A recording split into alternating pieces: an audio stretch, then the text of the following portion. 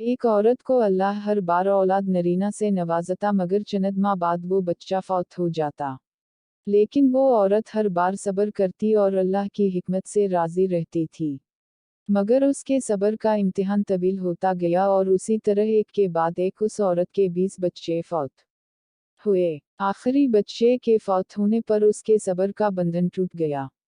वो आधी रात को जिंदा लाश की तरह उठी और अपने खालक़े हकीकी के सामने सर सजदे में रखकर खूब रोई और अपना गम बयान करते हुए कहा, ए कौनो मुकाम के मालिक, तेरी इस गनाहिगार बंदी से क्या तकसीर हुई कि साल में 9 महीने खून जिगर देकर इस बच्चे की तकलीफ उठाती हूँ, और जब उम्मीद का दरख्त फल लाता है तो सिर्फ चंद माह उसकी बहार देखना नसीब होता है। आए दिन मेरा दिल गम के माहौल का शिकार रहता है कि मेरा बच्चा परवान चढ़ेगा भी कि नहीं। ए दुखी दिलों के भेद जानने वाले, मुझ बेनवा पर अपना लतीफ़ो करम फरमा दे। रोते रोते उसे ऊँघ आ गई। ख्वाब में एक शुगुफ्ता पूरा बहार बाग देखा जिसमें वो सैर कर रही थी कि सोने चांदी की एंटों से बना एक महल नजर आया जिसके ऊपर उस औरत का नाम लिखा हुआ था। बागात और तजलियात देखकर वो औरत खुशी से बेकद हो गई।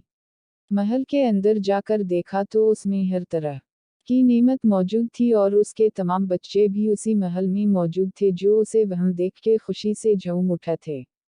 फिर उस औरत ने एक गीबी आवाज सुनी कि तूने अपने बच्चों के मरने पर जो सब्र किया था, ये सब उसका अजर है।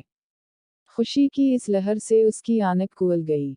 जब वो ख्वाब से बेदार हुई तो उसका सारा मलाल जाता रहा और उसने भीगी हुई आंखों से अर्ज किया, या इलाही, अब अगर तू इससे भी ज्यादा मेरा खून बहा दे तो मैं राजी हूँ। अब अगर तू सैनकरों साल भी मुझे इसी तरह रखे तो मुझे कोई गम नहीं। ये इनामात तो मेरे सब्र से कहीं ज्यादा हैं। दर्स हयात, इंसान को हर हाल में सब्र का दामन थामे रखना चाहिए क्योंकि यही चीज़ इंसान को अल्लाह अज़्ज़वजल के करीब करती है। आपको अगर ये कहानी अच्छी लगी है तो इस वीडियो को लाइक किया जाए और इस तरह की मज़ीद कहानियाँ सुनने के लिए हमारी चैनल को ज़रूर सब्सक्राइब किया जाए। कहानी सुनने का शुक्रिया। मिलते हैं अगली वीडियो में, तब तक के लिए अल्लाह हाफिज़।